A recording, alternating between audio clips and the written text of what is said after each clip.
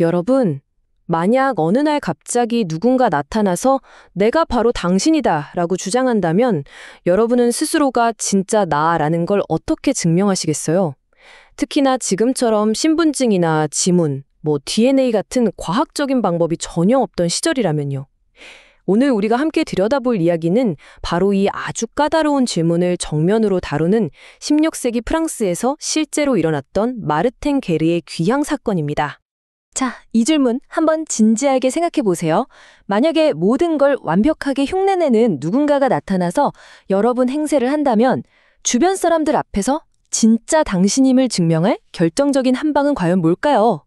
오늘 이야기는 바로 이 지점에서 시작됩니다. 지금이야 DNA나 지문처럼 아주 명확한 증거에 의존하죠. 근데 16세기로 거슬러 올라가면 상황이 완전히 달라져요.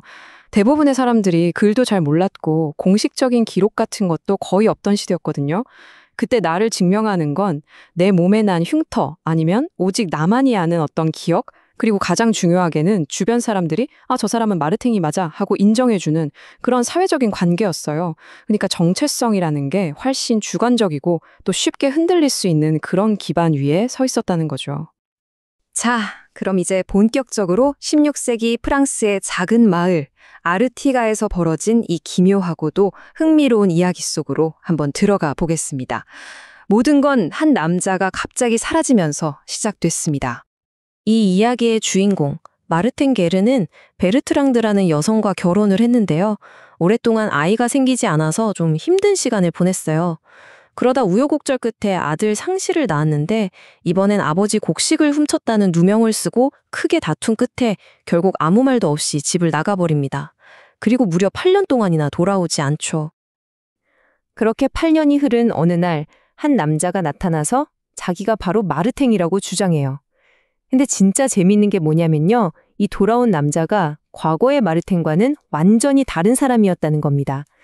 과거의 마르탱, 우리가 편의상 찐탱이라고 한번 불러볼게요. 이 찐탱은 좀 내성적이고 무기력한 사람이었는데 새로 나타난 마르탱, 이른바 구라탱은 아주 활기차고 다정하고 매력적인 남자였던 거죠. 놀랍게도 말이죠. 아내 베르트랑드를 포함해서 마을 사람들 전부가 이 긍정적인 변화를 엄청 반기면서 그를 진짜 마르탱으로 받아들여요. 구라탱 덕분에 집안은 다시 활기를 되찾았고 둘 사이에서는 새로운 딸까지 태어납니다. 와, 모든 게 정말 완벽한 해피엔딩처럼 보였어요. 하지만 이 완벽해 보였던 새로운 삶은 아주 작은 균열과 함께 서서히 무너지기 시작합니다. 의심의 씨앗이 뿌려진 거죠.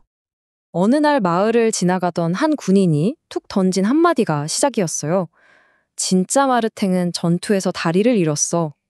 멀쩡한 두 다리를 가진 구라탱에게는 정말 섬뜩한 말이었겠죠?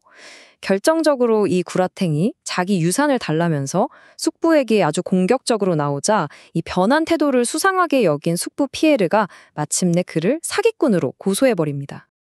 재판은 그야말로 혼돈의 도가니였습니다.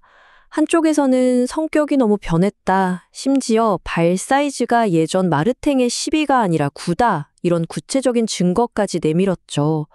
하지만 다른 한쪽에서는 아내를 포함해서 온 마을이 그를 알아봤고 부부만이 알 수 있는 아주 내밀한 기억까지 전부 다 알고 있다는 점을 들어서 그가 진짜라고 맞섰습니다.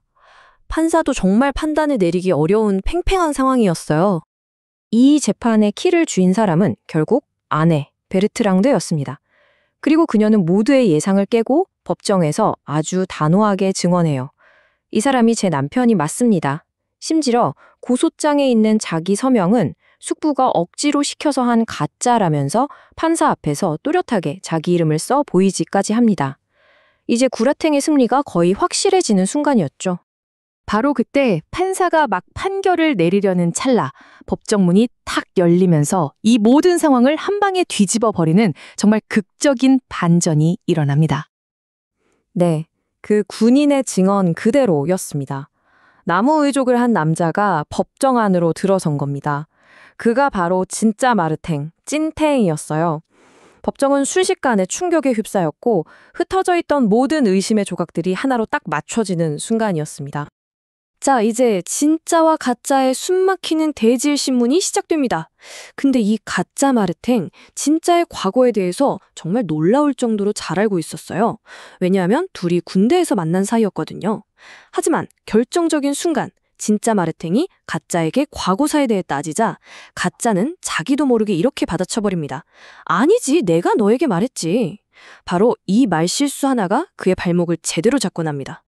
내가 너에게 말했다는 그 한마디, 이게 무슨 뜻이겠어요? 자기가 마르탱 게르의 정보를 들은 게 아니라 오히려 정보를 줬다는 걸 인정해버린 셈이잖아요. 즉, 둘이 과거에 아는 사이였다는 걸 스스로 폭로해버린 거죠. 노련한 판사는 이 실수를 놓치지 않았습니다. 이어서 마르탱의 누이들이 눈물을 흘면서 찐탱을 오빠라고 알아보고 끝까지 버티던 베르트랑도 마저 무너지면서 그가 진짜 남편임을 인정합니다. 결국 사기꾼 아르노 뒤틸, 즉 구라탱은 사형을 선고받게 되죠. 자, 이렇게 사건 자체는 막을 내렸는데요.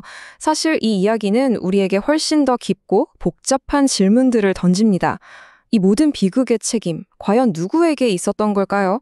그리고 진정한 나는 과연 무엇으로 정의될 수 있을까요? 이 사건의 책임을 어느 한 사람에게만 묻기는 참 어려워요. 물론 한 가정을 통째로 속인 구라탱의 죄가 크죠. 하지만 8년 동안이나 무책임하게 가족을 버리고 떠난 찐탱은요? 그럼 아내 베르트랑드와 마을 사람들은요? 그들은 정말 몰랐을까요? 아니면 애써 모른 척했던 걸까요? 생각해보면 16세기 농촌에서 유능한 가장은 가족의 생존과 직결된 문제였거든요. 더 나은 남편, 더 나은 이웃을 원했던 그들의 절박함이 진실을 외면하게 만든 건 아닐까요? 어쩌면 각자의 욕망과 필요가 얽히고 설켜서 모두가 이 비극의 공범이 된 것일지도 모릅니다. 결국 이 이야기는 우리가 맨 처음에 던졌던 그 질문으로 다시 돌아오게 됩니다. 나를 나답게 만드는 것은 과연 무엇일까요? 유전자 같은 생물학적인 사실일까요? 아니면 내가 차곡차곡 쌓아온 기억과 내가 다른 사람들과 맺어온 관계들 속에서 형성되는 바로 그 모습일까요? 이 16세기의 오래된 사건이 오늘을 사는 우리에게도 여전히 나는 누구인가라는 근본적인 질문을 던지고 있는 거죠. 마지막으로 이 질문을 던져보면서 마무리하고 싶습니다.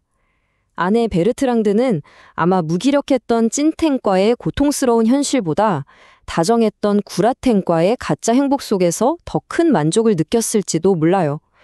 만약 가짜처럼 보이는 관계가 진짜보다 더 나은 삶, 더 인간적인 온기를 준다면 우리는 객관적인 진실과 주관적인 행복 중에서 과연 무엇을 더 중요하게 여겨야 할까요?